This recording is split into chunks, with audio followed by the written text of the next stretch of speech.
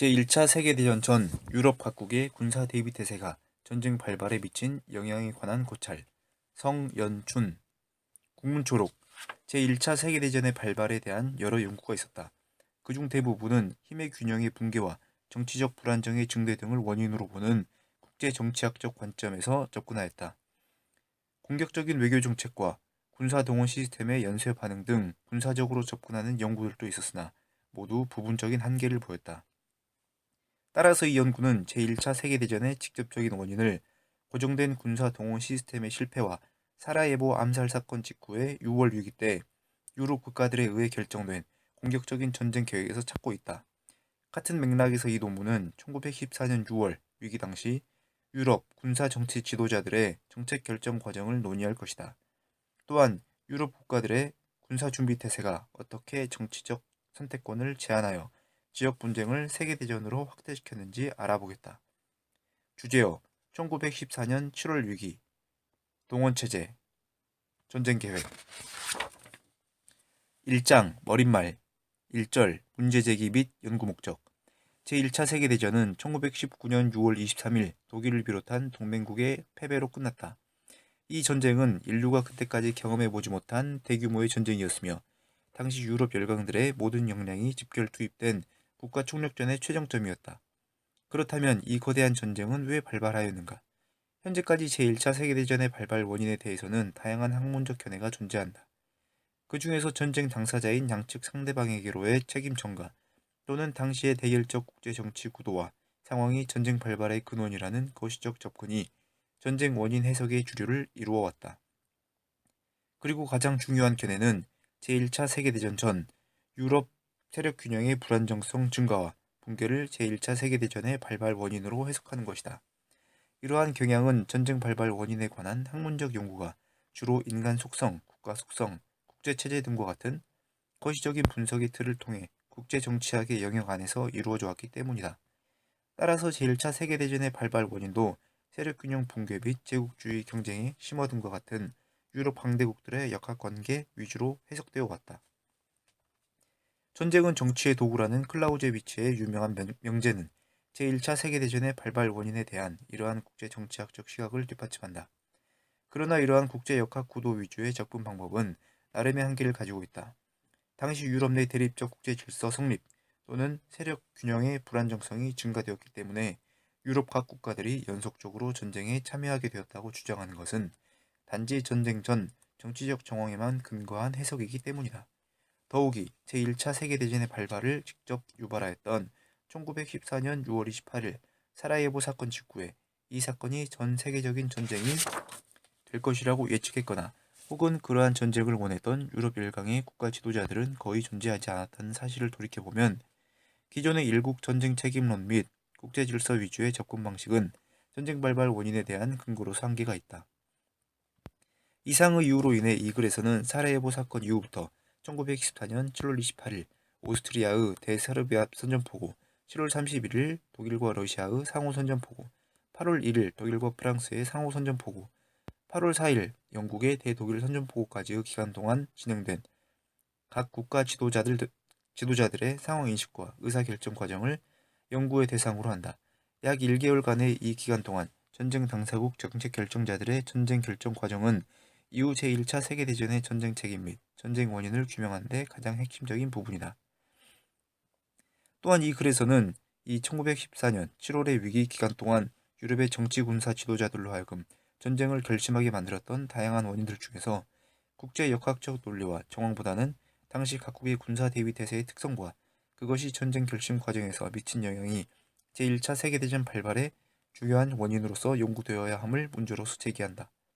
그리고 이를 통하여 제1차 세계대전 전 유럽 각국의 군사 대비 태세의 특징은 무엇이며 이것이 각국 지도자들의 전쟁 결심 과정에서 어떻게 영향을 미쳤는가를 규명하고자 한다. 그런데 사라예보 사건 이후 약 1개월 동안 유럽 각국 지도자들의 상황 인식과 전쟁 결심 과정을 살펴보면 당시 유럽 국가들의 동맹 관계와 같은 정치적 요소뿐만 아니라 각국의 군사 대비 태세 그 자체도 지도자들의 전쟁 결심 과정에 큰 영향을 미쳤다는 사실을 알 수 있다. 그러므로 본 연구에서는 전쟁의 직접 발발 원인으로서 당시 유럽 국제 정치 질서 동맹관계 혹은 어느 일국의 팽창주의적 외교 방식이 아닌 유럽 국가들이 갖추었던 군사대위태세의 성격 그 자체에 주목한다. 여기에서 말하는 군사대위태세란 병력, 무기체계뿐만 아니라 당시 산업전쟁 양상 속에서 나타났던 대량 동원체제, 군사교리, 각 군의 전쟁 지도 방식을 포함하는 것이다.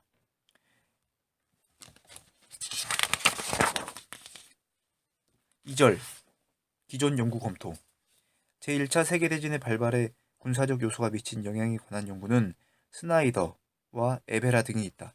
이들은 제1차 세계대전 전 독일, 프랑스, 러시아의 공세지상주의가 전쟁 발발의 직접적인 원인이라고 주장하였다. 그러나 이들의 주장은 전쟁의 원인을 지역적인 군사 교리에 한정시켰으며 독일, 러시아, 프랑스가 그러한 교리를 채택할 수밖에 없었던 정치적 배경을 간과하였다는 한계가 있다. 이외에도 가상 적국의 동원에 의한 선제 기습에 대비하기 위하여 각 열강들이 연속적인 동원령 횡포로 정치적 통제를 벗어난 전쟁이 발발했다는 주장 등이 있다. 따라서 이 글에서는 제1차 세계대전의 발발에 영향을 미친 직접적인 원인을 다음과 같은 주제와 방법으로 규명하려고 한다. 2장 제1차 세계대전 시 전쟁 양상 및 군사 교류의 특징 1절 산업혁명의 영향과 거대 군대의 출현 나폴레옹 전쟁 직후 19세기부터 20세기에 이르기까지 유럽 각 나라의 군대들은 기술력으로 보강된 대량 징집 시민군, 전략 목표로서의 적 주력군 경멸 지향, 평시 다수의 예비군 보유, 전시 신편부대 창설, 지휘 통제와 신속한 이동을 위한 위계적 부대 편제, 전문성과 능력 위주의 부대 지휘, 군사 교류에 입각한 전문적 훈련 등과 같은 공통적인 특징들을 갖추게 되었다. 이러한 특징들은 중앙 집권적 민족국가, 국민군대, 이를 지휘할 군사적 전문성 있는 장교단 등이 나폴레옹 전쟁과 프로이센 군제개혁 등을 거치면서 등장하고 보편화되면서 나타난 현상들이었다.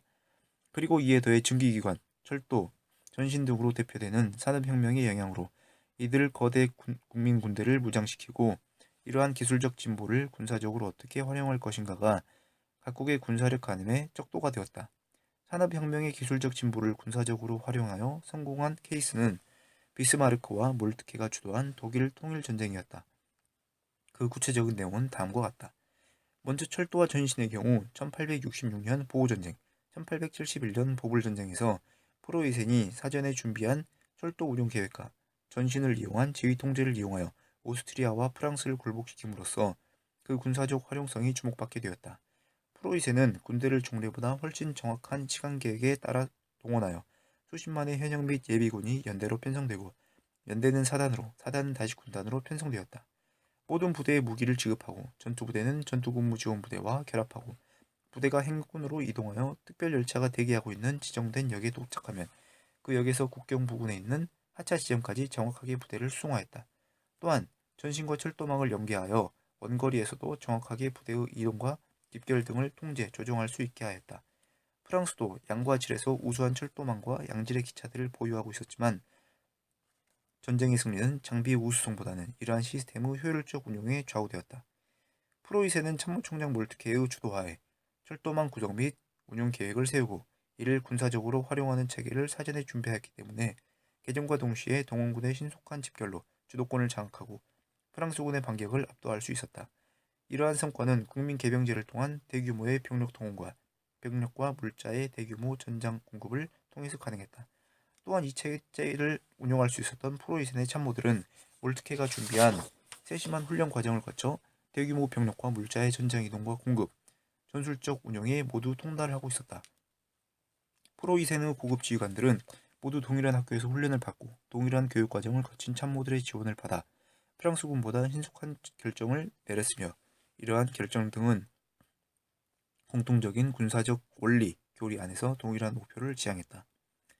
포불전쟁에서 프로이센의 승리 이후 이 전쟁을 뒷받침하는 동원체제, 철도수송 계획, 이를 조정 통제하는 사전 훈련된 참모본부 제도는 전 유럽 국가에서 채택되었다. 병력을 가장 신속하게 결집시킬 수 있는 군대는 승리를 보장받을 수 있기 때문에 모든 강대국은 강력한 철도망 체계를 구축하는 데 막대한 시간과 예산을 투자하였다. 최대의 성과를 달성하기 위하여 철도망 체계를 매우 치밀하게 구성하였으며 모든 단계를 상세하게 계산하고 오랜 기간 동안 예행 연습하였다. 하지만 이와 같이 미리 준비해둔 상황 속에서도 한 장소에서 생긴 문제는 철도망 전체에 영향을 미치게 되었다. 예를 들어 어떤 열차가 계획된 시간에 하역 작업을 완료하지 못할 경우 다음 열차의 도착 시간에 지장을 초래하며 더 나아가서는 그 선로를 이용하는 다른 열차에도 영향을 주게 되었다. 이처럼 전쟁 준비가 국가적 차원에서 체계화됨에 따라 각국은 가상 전국이 동원 및 전개하지 않은 예비 전력으로 기습 공격하는 상황을 방지하기 위하여 평시에 24시간 연속 감시와 경계태세 유지를 제도화했다. 군사적 대비태세를 더 잘하기 위해 이러한 체계들을 제도화했으나 실제적인 결과는 반대로 나타나게 되었다. 예를 들어 A라는 국가에서 첫 번째 단계의 병력 동원 및 이동을 하게 되면 인접 B, C, D 국가에서는 즉각적으로 대처하지 않을 수 없게 된다. B, C, D 국가의 조치에 대하여 A 국가는 다음 단계의 조치를 하게 되고 자동적으로 일련의 군사적인 움직임이 빠르게 맞물려서 위기는 고조되어 간다. 결국 19세기 후반부터 유럽의 각국이 준비한 전쟁 수행의 체계적인 접근 방법을 효율성이라는 측면에서 절대적으로 필요했겠지만 그에 따른 경직성과 엄밀성은 위기의 확산이라는 위험을 수반하고 있었다. 산업혁명의 산물인 철도와 전신이 유럽 각국의 대규모 군사행동을 체계화하는 데 기여했다면 산업혁명이 전 유럽 사회의 경제, 기술, 사회적으로 미친 영향은 다시 군대 규모의 거대화, 군산 복합체, 군비 경쟁이라는 현상으로 나타났다. 먼저 의료기술의 발달과 인연 농산물의 생산으로 1870년에서 1900년 사이에 유럽의 인구는 10년에 10%씩 증가하고 산업화가 가속화되고 있었으며 세계적 생산고는 4배로 증가했다. 이러한 인구 증가, 산업기술, 순수과학 사이의 상호작용이 거듭 심화됨으로써 전기산업, 화학산업과 같은 전혀 새로운 산업이 등장하게 되었고 내연 엔진과 같은 새로운 동력원이 등장하였다. 특히 군비산업은 정치의 영향을 받는 것 못지않게 정치를 통제할 만큼 급성장하는 국면에 접어들었다. 국제적 무기 경쟁은 가속화되었으며 전략적 철도 건설과 군대 무기의 경쟁 또한 가속화되었다. 1870년 이후에는 독일식 의무병 제도가 영국과 미국을 제외한 모든 나라에서 채택되었다. 1870년에서 1898년에 독일의 전시 상비 병력은 3배로 증가해 300만 명 이상에 달했고 프랑스도 그와 비슷했으며 러시아는 400만 명, 오스트리아는 200만 명 이상이었다. 유럽 열강들이 야전에 투입할 수 있는 병사는 25년 동안 모두 합쳐서 1000만 명 정도가 증가했다. 또한 각국의 군비 경쟁은 자국의 육군과 해군의 계속적인 기술 발달을 가능케 했다.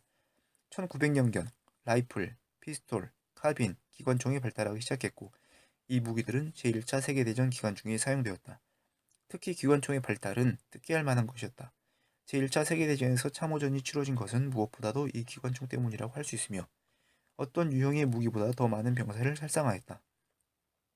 이와 더불어 1880년대에 들어서는 후장식 대포가 도입되기 시작하였고 발사 속도와 사거리는 훨씬 늘어났다. 이와 같이 산업혁명의 영향으로 전쟁의 규모는 기존과는 비교할 수 없을 정도로 확장되었고 그 수행 방법은 체계화되었으며 무기 체계의 화력과 정확성의 증가로 살상력은 비약적으로 높아졌다. 그리고 유럽의 각 나라가 준비하는 전쟁 수행의 규모는 거대화되고 치밀하게 계획되어 시계의 톱니바퀴처럼 정확하게 진행되어야만 했다. 일단 동원 명령이 내려지면 되돌릴 수 없는 상태가 되어 만약 어느 한 지점에서 차질이 빚어지게 되면 당장 모든 작업과 인력, 물자의 흐름이 마비되는 상태가 될 것이었다. 그러므로 군사 행동을 정치 상황에 맞추어 조절하는 것이 불가능해졌다. 이러한 경직성은 프랑스, 러시아, 오스트리아에서 모두 나타났고 그 중에서 가장 치밀하고 정확한 계획에 의해 전쟁을 수행하고자 했던 독일에게서 가장 크게 나타났다. 이상과 같이 산업혁명의 기술적 여파가 군사 분야에 크게 영향을 미침으로써 인하여 유럽 열강들의 전쟁 수행 계획에도 다음과 같은 내용과 특징들을 보이며 수립되었다. 2절 제1차 세계대전 전 유럽 열강들의 전쟁 수행 계획 독일의 전쟁 계획 1907년 영국이 프랑스 러시아 동맹에 가입하여 삼국 협상 진행이 형성되자 독일은 적대 세력의 동맹으로 포위되었고 해상전의 가능성에도 대비해야 했다. 독일군 참모본부는 러시아의 예비 병력 수가 막대하기 때문에 삼국 협상의 수적 우위가 명백해졌으며 러시아와 프랑스는 영국이 해상을 지배하는 한 식민지의 잠재적인 지원을 받을 수 있다는 점을 인식하고 있었다. 그러나 독일군 참모본부는 러시아의 약점을 규모 그 자체와 아직 중서유럽의 철도망만큼 발달하지 않은 철도망이 있다고 판단하고 러시아의 동원 과정에 소요되는 시간이 6주라고 판단하였다. 게다가 독일군은 신속한 동원 능력과 동원 완료 후 즉각적인 공격으로 보호, 보불 전쟁에서 모두 승리한 경험이 있었다.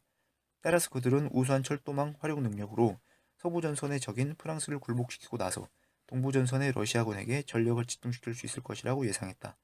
1891년부터 1906년까지 독일 육군의 참모총장이었던 슐리펜은 이러한 목표를 달성하기 위한 공세적인 전략을 수립했다. 슐리펜이 직면한 문제는 프랑스가 1870년 이후 독일령 알자스로렌과 새로운 국경을 보호하기 위하여 설정한 베르댕, 툴, 예삐날, 벨포르 지역의 요새들로 인하여 공격이 중단되거나 지연되지 않을까 하는 것이었다. 이 문제를 해결하기 위하여 슐리펜은 1839년 이래 중립국이었던 벨기에를 침공하여 프랑스를 공격한다는 결정을 내렸다. 이를 통하여 독일군의 북쪽 측익이 프랑스군의 방어를 피할 수 있게 됨으로써 대규모 병력을 이동시켜 벨기에의 방어를 신속히 격파한 다음 프랑스 국경에 충분한 수의 병력을 집결시켜야 했다. 그런 다음 북프랑스를 통해서 파리 주위를 둘러싸는 대대적인 포위 작전을 감행하여 프랑스의 중앙에서 프랑스군의 주력을 섬멸할 계획이었다. 이 계획에 따르면 전쟁 초기 6주일 이내에 독일 야전군의 85%를 서부 전선에 투입하고 나머지 15%를 동부 전선에 배치하여 러시아군의 도착에 대비하도록 되어 있었다. 이 계획의 서부 전선에서의 구체적인 작전 개념은 프랑스의 베르댕, 툴, 예피날, 벨포르 요새를 연결하는 벨포르 등선을 회피하고 리에지, 브루셀, 아미앙, 파리, 서방으로의 비교적 평탄하고 경미한 저항이 예상되는 북방을 우회하여 프랑스군 좌익을 포위 공격하며 반대로 메치강 남방에서는 방어 또는 전략적 후퇴로 프랑스군을 유인하였다가 프랑스군 좌익과 배후의 포위가 이루어지면 반격하여 알자스 로렌 지방과 스위스 국경의 산악지대로 몰아넣어 섬멸하려는 것이었다. 이러한 작전 개념을 실현하기 위하여 슐리펜은 서부 전선의 병력을 메츠 지방에서 5개 군 35개 군단과 예비군 6개 군단, 메츠 남방에 2개 군 5개 군단을 두어 메츠를 회전축으로 하여 북쪽과 남쪽에 7대1 병력 비율로 배치하였다. 그리하여 남익은 칸나의 전투에서의 중앙군 역할을 하며 북익은 기병대 및 측군의 역할을 하게 하려는 것이었다. 그러나 이상과 같은 슐리펜 계획은 다음과 같은 취약점과 한계가 있다고 평가된다. 우선 슐리펜 계획은 기본적으로 클라우제비치가 말한 마찰 요소에 대한 고려가 없었으며 그로 인해 전체 작전은 실질적으로 하나의 거대한 사전 계획 기동에 불과했을 뿐이다. 또한 벨기에와 프랑스에서의 전투가 문제화될 것으로 확신했기에 슐리펜은 러일 전쟁 이후 러시아의 군사력 회복을 무시하였다. 거기에 더해 슐리펜은 계획 실패의 위험을 지나치게 경시하고 프랑스군의 전력을 과소평가했다. 이 전략적 포위의 성공은 독일군에게 가능성이 있었던 만큼 프랑스군에게도 이에 대처할 가능성이 있었다. 프랑스군이 예비대를 충분히 가지고 있고 예비대를 적시에 투입할 수 있을 만큼 유능한 적이라면 이 모험적 계획을 중대한 위험에 처하게 할 수 있었기 때문이다. 슐리펜이 모델로 삼았던 1866년 보호전쟁과 1870년 보불전쟁의 승리는 빈약한 지휘체계와 부적절한 조직, 수적으로 열세한 오스트리아, 프랑스군에 대하여 달성된 것이었다. 그러나 프랑스군의 지휘체계가 대폭 개선되고 난 이후에는 프랑스군의 조직은 독일군과 대등하여졌다. 그리고 프랑스가 1912년 징직법의 통과 이후 추가적으로 8개 군단을 증편하게 되자 독일군은 서부 전선에서 결정적인 수적 우위를 누릴 수 없게 되었다. 더욱이 슐리펜 계획은 계획 자체의 문제점, 병참, 교통 정체 미고려 등으로 인해 성공 가능성이 희박했다. 이후 1907년 영국이 프랑스와 동맹을 맺고 러시아의 군사력이 급속히 증강되자 슐리펜의 후임자 소몰트케는 슐리펜의 계획을 수정하여 일부 병력을 동부전선으로 전용할 수밖에 없었다. 이러한 독일의 슐리펜 계획에 대하여 프랑스는 다음과 같은 전쟁 수행 계획을 가지고 있었다. 프랑스의 전쟁 수행 계획. 독일과 마찬가지로 프랑스도 역시 제17계획을 통해 독일에 대한 공세를 결심했다. 대독일 전쟁 계획 수립에 있어서 프랑스군 수뇌부의 가장 큰 문제는 독일과의 병력 불균형 문제였다. 1898년에 완성된 프랑스의 제14계획은 독일과 전쟁을 벌일 경우 양국 사이의 국경선을 방어하겠다고 단언했다. 병력 불균형 때문에 프랑스가 공격하는 일은 불가능하다고 생각되었다. 4천만 명에서 정체된 프랑스 인구는 이미 5천만 명을 넘어 빠르게 증가하고 있는 독일 인구에 맞설 수 없었기 때문이다. 게다가 독일은 위기가 발생할 때 예비군을 편입시켜 신속하게 군을 확대하는 능력을 보불전쟁에서 이미 보여줬기 때문에 프랑스군 수뇌부는 위기의식을 느꼈다. 이 문제에 대하여 프랑스는 모든 청년들에게 2년간 병역을 부과한 1905년 징병법 통과를 통해 해결했다. 이 징병법은 프랑스 군대의 평시 부대 규모를 독일이 벨기에를 통해 전개하려던 병력보다 더 크게 만들었지만 전선이 확대될 경우 신속히 예비군을 편성해야 할 필요성은 남아있었기 때문에 프랑스군은 예비군의 편성과 운영에 관한 문제를 해결해야 했다. 프랑스의 참모총장이었던 빅토르 미셸은 이 문제에 대하여 모든 가용 예비군은 현역 복무부대에 통합하고 모든 부대를 동원 즉시 스위스에서 북해 사이의 모든 프랑스 국경에 전개시켜 예상되는 독일군의 공세에 대응할 것을 제안했다. 그러나 이는 프랑스군 전체를 지배하고 있던 공세주장주의 교리로 인해 반발에 부딪혔다. 당시 프랑스군의 교리에 의하면 모든 부대는 전시의 전방으로 신속히 전진 돌격하여 백변정을 수행해야 하는데 이러한 임무에 예비군은 부적절하므로 요새 주둔군과 후방 임무를 맡아야 했다. 이로 인해 미셸이 군부 내에서 고립되고 새로 집권한 우파 정부에 의해 해임되자 1913년 4월 제17일 계획이 발효되었다. 이 계획은 미셸의 후임 참모총장 조프르에 의해서 채택된 공세 계획이었는데 독일의 슐리펜 계획과 달리 명백히 규정된 종합적인 목표도 명시적인 작전 일정도 없었다. 그것은 작전 계획이 아니라 정해진 목표도 없이 환경에 따라 유동적인 각 군의 몇 가지 공격로에 대한 지침을 포함한 군의 배치 계획이었다. 프랑스군의 제17계획은 사진의 그 진로를 확신할 수 없었던 독일군의 공격에 대응하여 이를 반격하기 위한 것이었지만 본질적으로 이 계획이 의도하고 지향하는 바는 무조건적인 공격이었다. 그러나 이 계획은 독일군의 의도에 대한 잘못된 정보와 가정에 의해 수립된 것이었다. 프랑스군은 독일군이 상부르강 남부와 웨즈강에 의해 제한되므로 벨기에 방향으로 공격하지 않을 것이라고 예상했기 때문에 독일군의 주력이 로렌 지방으로 집중될 것이라고 생각했다. 따라서 프랑스군은 어떠한 여건에 상관없이 모든 병력들이 단결하여 독일군의 공격에 맞서 전진하는 것이 참모총장의 의도라는 문구로 시작되는 제17계획을 통해 알자스 로렌 지방에서 집중된 공격을 할 것으로 예상되는 독일의 우익을 고립시켜 차단하면서 동시에 라인 방면으로 진격하는 것을 전체적인 목표로 삼았다. 그리고 이 계획은 소규모의 지상군이지만 1905년 이후에 관계 개선에 의해 프랑스군과 비밀 협의를 계속해온 영국군이 프랑스군의 좌익을 맞는다는 가정과 동부 전선에서 독일을 협격할 러시아의 동원 계획에 의해 뒷받침된 것이었다. 러시아의 전쟁 계획. 러시아는 러일 전쟁에서의 패배 후 약 10년간 군대 내의 혼란기를 수습하고 군 현대화 계획을 진행하였다. 이 기간 동안 프랑스와의 심도 있는 정보 교환과 기타 군사적 협조 관계가 진전되어 1912년 7월 16일 공식적인 프랑스, 러시아 간의 군사조약이 체결되었다. 러시아군 내부에서는 프랑스, 영국, 러시아와 독일과의 전쟁에 불가피할 것이라는 결론이 내려진 상태여서 독일과 오스트리아 주공 방향에 대한 논의가 계속되었다가 1910년 6월 전쟁 장관인 수오물리노프가 확정한 러시아의 군사동원 계획 제19호에 의해 주공 방향을 독일로 선정하였다.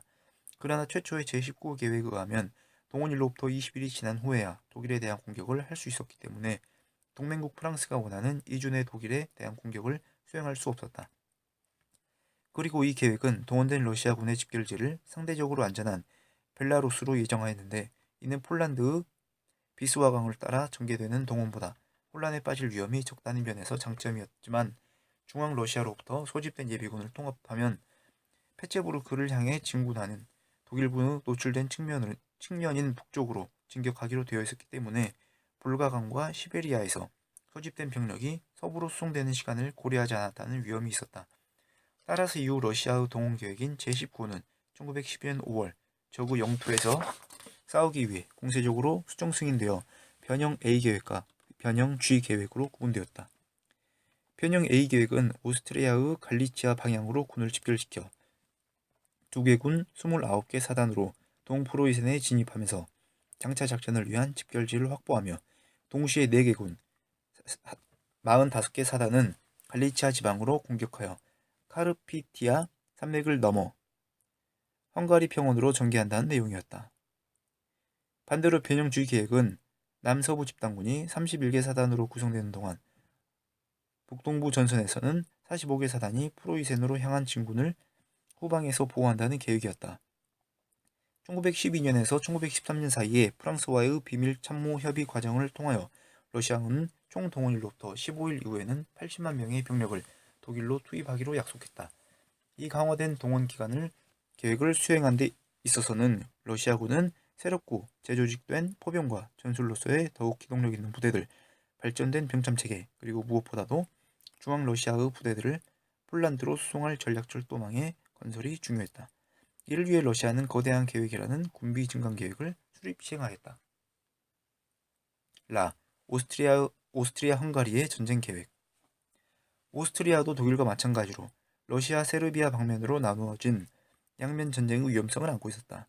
세르비아의 존재로 인하여 다민족 국가인 오스트리아 헝가리 제국이 분열될 위협이 있었으므로 세르비아와의 전쟁이 불가피하다고 믿었던 오스트리아 참모총장 콘라드 폰 회첸도르프는 이러한 전략적 상황 속에서 다음과 같이 전쟁 계획을 구상하였다. 먼저 오스트리아군 48개 사단이 독일군과 마찬가지로 세르비아군 11개 사단과 러시아군 55개 사단을 동시에 상대하기에는 병력이 부족하므로 집중을 통해 한 위협을 격파한 후 상대적으로 느린 다른 한 위협을 격파해야 했다. 그러므로 다양한 가정에 기초하여 계획을 수립해야 했는데, 첫째, 전쟁은 6주 이내에 단기간에 끝날 것이고, 둘째, 러시아가 그 주력을 동원하는데 최소한 30일은 걸릴 것이다. 셋째, 오스트리아군이 세르비아군을 15일 내에 격파하고, 마지막으로 오스트리아군은 프랑스군을 격파한 동맹 독일군의 동부전선으로 병력 전용에 의해 지원받는다는 것이었다. 그리고 회첸도르프는 이와 같은 양면 전쟁 문제를 해결하기 위하여 다소 유연한 대안을 제시하였는데, 그것은 동원 국면에서 오스트리아의 야전군을 세 부분으로 분할하는 것이었다. 3개 군단 9개 보병사단으로 구성된 발칸 최소 집단으로 세르비아에서 맞서게 하고, 27개 보병사단, 9개 기병사단, 21개 보충 예비 여단으로 구성된 오스트리아의 가장 큰 전력인 A제대는 남부 폴란드 방향에서 러시아군에 대항해 전개하며 11개 보병사단, 1개 기병사단, 6개 보충 예비 여단으로 구성된 B제대는 대세르비아 전선 혹은 대러시아 전선에서 양쪽을 강화할 목적의 전략 기동군으로 사용할 계획이었다. 소결론. 전쟁 계획의 특성과 성격과 특징. 이상과 같은 당시 유럽의 전쟁 계획들의 가장 큰 특징은 철도망 수송과 연계한 국가 총동원 계획이라 할 수 있다. 그리고 유럽 열강들의 공통적인 전략적 선결 과제는 전쟁 발발 시 가상적국보다 자국의 동원이 느리다는 것은 전략적 기습을 당한 것과 같기 때문에 이를 무조건적으로 방지해야 한다는 것이었다. 따라서 각국은 가상적국과 동맹국의 동원 준비 상태를 모두 예의주시해야 했다. 특히 독일과 오스트리아, 러시아와 프랑스의 계획에서 보듯이 동맹국끼리는 서로의 전쟁 수행 계획이 연계되어 있기 때문에 어느 한 나라의 동원과 그로 인한 적대국의 동원 또는 전쟁 준비 태세 발령은 연쇄적으로 또는 각자의 동맹국들에게 전쟁 준비 태세를 갖추도록 만든다는 특징이 있었다. 또 다른 특징은 각 계획들이 경직성이 있다는 것이다. 이 경직성이 특히 두드러진 것이 독일의 슐리펜 계획이었는데, 그 계획은 선 프랑스 후 러시아의 병력 집중이 지나치게 세분화되어 있었으므로 독일이 총동원을 발령한다는 것은 자동적으로 프랑스를 침공하며 그것도 영국이 보장하는 중립국인 벨기에, 룩셈부르크를 반드시 통과해야 하는 결과를 낳게 되었다. 그 외에 다른 국가의 전쟁 계획도 사전 계획된 시간 계획표와 열차 수용 계획으로 구성되어 있었기 때문에 상황에 따른 탄력적 적용은 제한되기는 마찬가지였다. 그리고 앞서 살펴본 프랑스, 독일의 전쟁 계획들은 공통적으로 러시아의 동원 여부에 그 계획의 시행 여부가 연계되어 있었다. 즉, 러시아가 동원을 하는가, 한다면 얼마나 빠른 속도로 할 것인가, 독일, 프랑스의 동원 발령과 전쟁 수행 계획 여부의 핵심이었다. 따라서 1914년 7월 위기에 러시아의 예비 동원과 총동원에 대하여 독일군이 반응하고 이러한 연쇄 과정을 알고 있었던 프랑스가 반응할 수밖에 없는 구조는 이미 성립되어 있었던 것이다. 3장 사라예보 사건 이후 세계대전 발발 과정. 1. 사라예보 사건 이후 오스트리아 세르비아 협상. 사라예보 사건 직후 오스트리아 황태자 부처 암살범들이 세르비아 정부의 지원을 받았다는 정황이 나타나자 오스트리아는 세르비아가 받아들이기 힘든 주권 침해적 조항인 세르비아 내에서 오스트리아 수사관들의 자유로운 수사 보장이라는 조건이 포함된 요구사항과 이에 대한 불복 및 48시간 내 불응 시 전쟁 선포라는 최후 통첩안을 7월 23일 세르비아에 전달했다. 오스트리아는 최후 통첩 전달 전인 7월 5일 이미 동맹국 독일로부터 전면 지원을 약속받았다.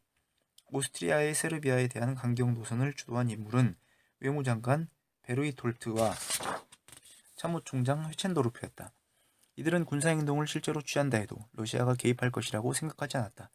또한 이 당시까지만 해도 유럽 강국들의 일반적인 생각 역시 암살 사건과 그에 대한 오스트리아의 응징은 국지적인 문제로서 세르비아가 오스트리아에 굴복하거나 오스트리아가 군사행동을 하더라도 그것이 프랑스나 러시아의 개입을 가져오리라고 예상하지 않았다. 그 이유는 유럽 내에서 세르비아의 외교적 고립 상황과 1909년, 1912년에도 오스트리아가 세르비아에 대한 동원령을 내렸음에도 러시아가 개입하지 않았던 전례가 있었기 때문이다.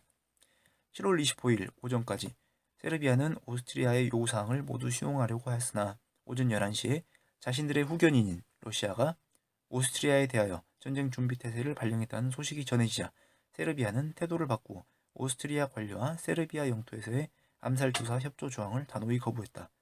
이로써 오스트리아와 세르비아는 선전포고 직전의 상황으로 나아갔으며 러시아의 전쟁 준비 태세의 발령이 전해지자 독일과 프랑스 모두 이를 러시아의 동원을 위한 사전 작업으로 인식하기 시작했다. 2. 러시아의 개입과 동원 7월 25일 러시아의 전쟁 준비 태세 발령의 목적이 무엇인가에 대해서는 여러 가지 의견이 존재한다. 존 키건의 경우 이를 유럽 러시아에 주둔한 평시 군대의 작전 준비를 의미하므로 예방적 조치였을 뿐 다른 강국의 동원을 자극할 의도는 없었다는 것으로 설명한다. 그러나 공식적인 부분 동원은 아니었다 하더라도 7월 27일에는 이미 러시아군의 절반은 전시편제에 돌입하고 있는 상황이었고 이를 동맹국인 프랑스에 통보한 상태였다. 프랑스의 참모총장 조프르는 앞서 설명한 양국의 전쟁 계획에 따라 이 상황이 오스트리아 독일의 총동원으로 이어지기 전에 러시아가 최상의 준비 태세를 갖추기를 재촉하였다. 러시아의 장군들도 자신들의 전쟁 준비 태세가 오스트리아의 총동원을 유발하고 이에 의하여 다시 독일의 총동원을 유발할 수 있다는 사실을 알고 있었다. 그러므로 7월 28일 러시아의 참모총장 야누시케비치는 독일, 오스트리아와의 전면전을 불가피하다는 점을 받아들이고 공식적인 부분 동원과 총동원을 동시에 준비했다.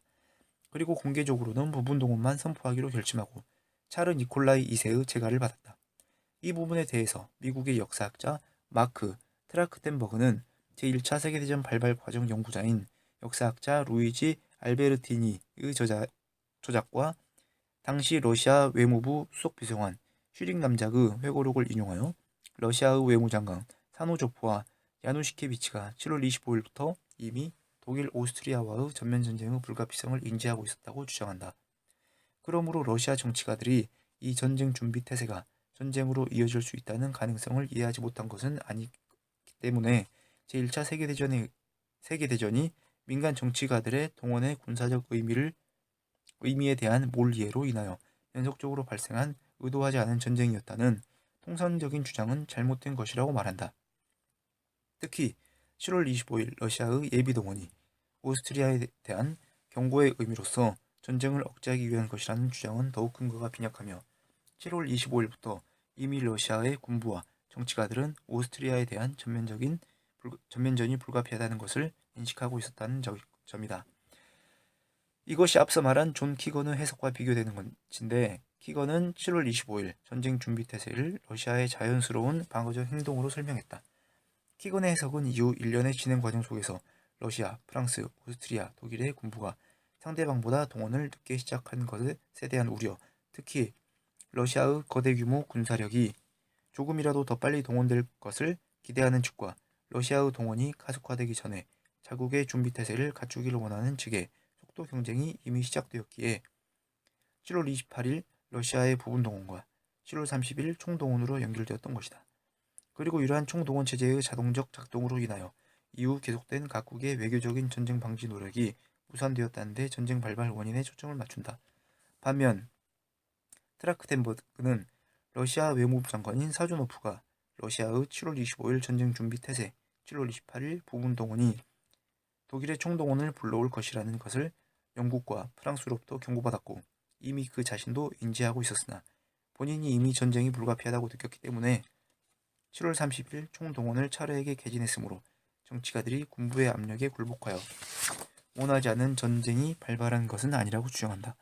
결과적으로 오스트리아의 세르비아에 대한 부분 동원에 대해 러시아는 7월 25일 전쟁 준비 태세에 이어 7월 28일 공식적인 부분 동원을 발령했다. 그리고 이후의 개진 과정은 다음과 같다. 3. 러시아 동원에 대한 독일의 대응. 7월 28일 오스트리아가 세르비아에 대한 전쟁을 선포하여 7월 29일에는 오스트리아군이 세르비아와 교전을 시작하였지만 이는 세르비아에 대한 부분 동원령만 발령한 상태에서 이루어진 것이었다. 따라서 러시아가 독일 접경 지역까지 확대된 총동원만 하지 않는다면 독일이 동원을 통해 전쟁을 개시할 필요는 없었다. 이 시점에서 독일의 총리 베르트 홀베크, 참모총장 쇼몰트케, 황제 비렐름 2세 모두 전쟁을 오스트리아, 세르비아만의 전쟁으로 국지시키기를 원했다. 이 점에 대해서는 존 키건과 마크가 모두 동의한다. 따라서 러시아의 오스트리아에 대한 부분 동원이 즉각적인 독일의 총동원을 이끌어냈다는 주장은 정황에 근거한 추론일 뿐 사실이 아니었다. 오히려 전 유럽으로의 전쟁 확대를 막기 위해 베트만은 7월 29일 오스트리아 정부에 전쟁 확대를 막기 위한 전문을 보내고 비렐름 2세도 차르 니콜라이 2세에게 러시아의 개입을 중지하기 원하는 전문을 보냈다. 이러한 과정을 통해 부분 동원과 동시에 진행되고 있었던 러시아의 총동원은 차르의 직접 명령에 의해 중지되었다. 마크는 이 시점에서 전쟁의 확산을 막으려던 독일에 의해 나름대로 설득되고 있던 러시아가 왜 7월 30일 오후 3시 후 총동원령을 내렸는지 설명하지 못한다. 그는 단순히 러시아의 총동원령 결심 과정에 프랑스의 압력을 받은 러시아 참모본부 못지않게 독일 오스트리아의 전면전의 불가피성을 주장했던 사조노프가 주도적인 역할을 했었기에 전쟁의 결심 과정에서 정치적 리더십이 군사적 전문성에 굴복한 것이 아니라는 점만을 강조하고 있다. 이와 마찬가지로 트라크텐버그는 러시아의 총동원령 소식을 접한 독일의 소몰트케가 부득이하게 독일의 총동원을 비렐름 2세에게 결심 건의하는 과정 속에서 독일 총리 베르만이 독일 군부의 결심에 대해 굴복한 것이 아니라는 점을 강조한다.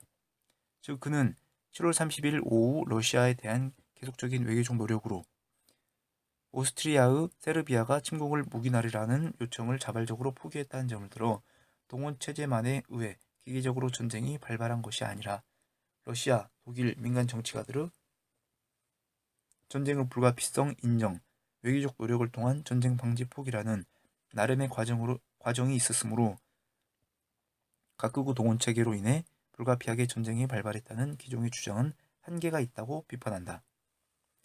4. 독일의 개입에 대한 러시아와 프랑스의 대응. 7월 30일 오후 1시 소몰트케는 오스트리아 연락장교에 의해 오스트리아군의 작전 계획과 배치 상황을 전해들었다.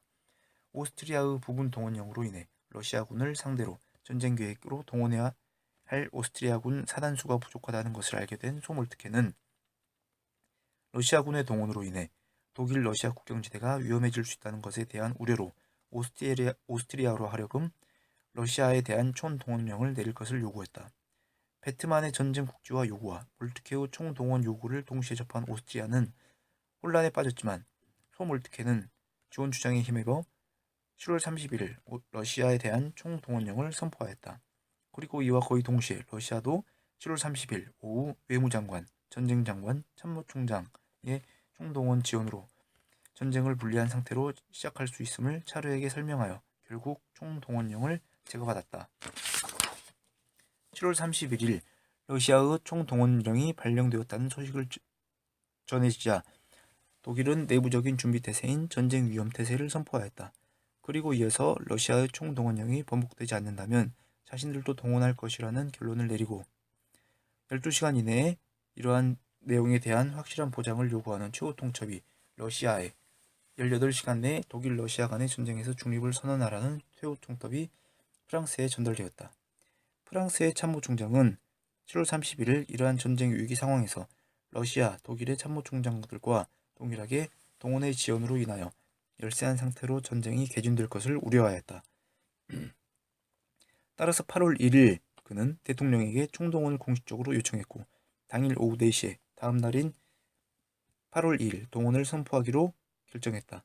차르 니콜라이 2세는 마지막 순간까지도 전쟁을 피할 수 있을 것이라 기대했고 독일 황제는 영국과의 전쟁 회피를 위해 프랑스 침공을 포기하고 동부 전선으로만 병력을 투입하라고 소몰트케에게 지시했으나 계획 시정에만 1년이 걸린다는 대답을 들어야 했다. 5. 소결론. 전쟁의 직접 원인. 1514년 6월 18일 발생한 사라예보 사건은 7월 24일까지는 오스트리아와 세르비아 간의 갈등이었다. 그러나 7월 25일부터 시작된 러시아의 전쟁 준비 태세, 28일에 부분 동원이 다시 오스트리아와 세르비아 간의 전쟁 상태를 확대하여 7월 30일 독일의 지원을 힘입은 오스트리아의 러시아에 대한 총동원, 러시아의 총동원으로 이어졌다. 러시아의 동원은 독일의 총동원으로, 독일의 총동원은 프랑스의 총동원, 독일의 슐리펜 계획에 의한 벨기에 침공은 영국의 대독일 전쟁 참전으로 이어져 8월 1일에서 5일 사이에 독일, 러시아, 프랑스, 영국이 서로 선전포고를 하고 8월 12일 오스트리아도 러시아에 선전포고를 하였다. 특히 개전의 과정이 연속적이었고 사라예보 사건과 직접 관련이 없는 다수 국가들이 단기간 내에 연쇄적으로 선전포고를 했었기에 제1차 세계대전의 원인이 국제역학적, 경제적으로 내재되어 있다고 주장하는 전쟁 원인들이 다수 제기되었다. 하지만 이 연쇄적인 개전 과정의 직접적인 가장 큰 원인은 가상적보다 느리게 동원함으로써 전략적 열세의 상황에서 전쟁을 시작하게 되는 것에 대한 두려움과 그 두려움으로 인하여 자국의 동원을 미리 준비하는 과정들의 상호작용 그 자체였다. 이 과정 중에 외교적인 협상, 중재의 노력이 없었던 것은 아니나 이미 시작된 동원의 진행 상황 속에서 각국의 군수뇌부는 적보다 더 빠른 동원을 통한 전략적 이점을 위해 동맹국들에게 공세적 행동, 총동원을 요구했고 이로 인해 오스트리아, 세르비아 간의 국지적 전쟁이 전 유럽의 전쟁으로 확대되었다고 요약할 수 있다. 4장 맺은말. 본 연구의 목적은 제1차 세계대전의 직접 발발 원인이 무엇인지를 국지적 관점에서 규명하는 것이다. 이러한 연구 목적을 위해 제1차 세계대전 직전 유럽 열강들의 전쟁 수행 계획 및 교리와 제1차 세계대전의 개전 과정 등을 살펴보면 다음과 같은 사실들을 발견할 수 있다. 우선 1914년 6월 28일 사라예보 사건 이후 유럽 열강들의 각 국가 및 군사 지도자들의 우선적인 고려사항은 자신들의 동맹국 및 잠재적국의 동원 여부와 동원 속도였다. 1870년 보불전쟁의 경험과 교훈을 통해 거의 모든 유럽 열강들은 동원체제를 갖추었고 상대방의 잠재 군사력이 자신보다 먼저 동원되어 자신의 군사력이 사용되기도 전에 압도되는 상황을 막는 것이 가장 중요한 군사적 목표였다. 따라서 군 수뇌부들이 선택했던 방법은 위기 발발 시 준비되어 있는 공세 위주의 전쟁 계획을 실행하고 상대방보다 무조건 빠른 동원을 하는 것이었고 이 동원 체제는 일단 발령되면 중지되거나 방향을 바꿀 수 없는 융통성이 결여된 상태로 설계되어 있었다. 또한 이러한 전쟁 계획은 총괄적인 안보 문제 담당 기구에 의해 민간 정치가 외교관들에게 공개되지도 않았고 정치적 수준의 통제에 따라서 유연하게 적용되지도 못하도록 되어 있었다. 이와 같은 군사 대비 태세의 특징은 결국 사라예보 사건 이후 오스트리아 세르비아 간의 전쟁 혹은 세르비아의 굴복으로 끝날 수 있었던 문제를 전 유럽의 문제로 확대시키는 데 기여했다. 이 과정 속에서 외교적인 중재와 정치적 수준의 타협으로 이미 시작된 오스트리아 세르비아 간의 전쟁을 지역내 국지 전화 혹은 각국의 군사적 행동 중지를 촉구하는 시도도 계속 있었다. 반대로 위기 발발과 동시에 전쟁의 불가피성을 인정하여 신속한 동원 확대를 인정하는 민간 정치가들도 있었다. 예를 들어 러시아 외무 대신은 위기의 시작인 7월 25일부터 군부 못지않게 전면전쟁의 불가피성을 주장했고 독일의 총리도 확전을 막으려 노력은 하였으나 전쟁의 위기가 임박한 7월 31일에는 그 스스로 전쟁 방지를 위한 외교적 노력을 포기하였다. 이러한 사례를 통해서 동원체제의 기계적인 작동에 의해 제1차 대전이 발발했다고 할 만큼 동원체제 그 자체가 연쇄적인 유럽 열강들의 개전을 촉발한 것은 아니라는 사실을 알 수 있다. 그러므로 제1차 세계대전의 발발이 모두가 원하지 않았음에도 불구하고 정치적으로 통제 불가능한 군부주도의 동원체제의 기계적인 작동에 의해서만 진행되었다는 주장 역시 실제로 존재하던 개전에 대한 정치적 의지를 간과하는 오류가 있다. 그러므로 제1차 세계대전 발발의 직접 원인을 군사적 관점에서 종합적으로 규명하면 다음과 같이 설명할 수 있다. 첫째, 유럽 열강들이 정치적으로 삼국협상과 삼국동맹으로 대립하고 있는 상황에서 각국은 공세적 군사교리, 철도망 수송 위주의 동원계획, 이를 기반으로 한 동맹국가들 간의 연계된 전쟁 계획을 준비하고 있었다. 이러한 시기에 정치적 위기 상황이 발생하자 각 열강들은 상대방을 외교적으로 굴복시켜 유럽 내 자국의 정치적 입지를 강화하려고 시도하였으며 자신들의 동맹국, 피후원국을 보호하려고 하였다. 독일의 오스트리아에 대한 지원 약속, 러시아의 세르비아 보호 행동이 그 예이다. 둘째, 사라예보 사건 이후 삼국협상, 삼국동맹 간의 대립이라는 정치적 위기 상황이 발생하자 가상 조국보다 동원이 늦으면 전쟁이 패배할 수 있다는 불안감이 각국 수뇌부에 발생했고, 이들은 각자의 동맹국들에게 동원을 신속히 확대할 것을 요구했다. 가상 적국들의 전쟁 준비 태세 발령, 부분 동원 개시 등의 소식이 전해지자 전쟁의 확대에 대한 우려로 인해 외교적 중재 노력도 계속되었다. 그러나 이 과정 속에서 각국 외교관들과 정치가들의 전쟁 방지 노력에도 불구하고 그들은 군부가 독자적으로 준비한 전쟁 계획과 동원 체제를 이해하지 못했으므로 이 과정에서 상대국에 자국의 전쟁 기피의 의사를 알리는 데 실패하였다. 또한 러시아의 차르 니콜라이 2세, 독일의 황제 비렐름 2세 등과 같은 국가 지도자들은 사태의 발단과 진행 과정을 경솔하게 오판하고 예의주시하지 않음으로써 상대방이 자신의 의도를 오인하게 만들었다. 셋째, 당시 유럽에는 정치적 대립 구도 속에서 전면적인 전쟁을 벌이지 않도록 의사소통을 할 수 있는 오늘날 국제연합이나 지역안보기구와 같은 안보협의기구가 존재하지 않았기에 전쟁 확대를 우려하는 정치가들이 자신의 의사를 알리고 상대국의 동원을 저지시키려는 노력이 단편적일 수밖에 없었다. 공개된 절차와 논의에 의해 각국이 동원을 지연시키거나 중지시킨 노력이 있었다면 연쇄적인 전쟁 발발로 이어지지는 않았을 것이라는 추정도 가능하지만 1914년 유럽에는 이러한 기구가 부재하였기에 국지적 민족 갈등이 전 유럽의 전쟁으로 확대되었던 것이다.